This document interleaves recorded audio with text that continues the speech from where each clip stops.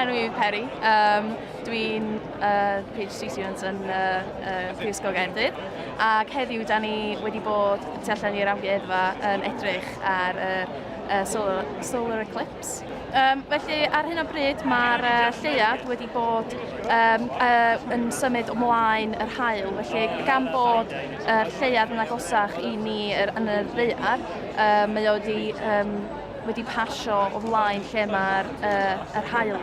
A mae'r haul yn bellach i ffwrdd wrthyn ni, so mae'n edrych fatha bod o'n mynd o flaen o'i gyd ac yn cuddiad yr haul. Ond diolch ond wedi bod yn cuddiad 80% o'n efo, felly dyna pam dydi o ddim yn Eclipse solar cyfan.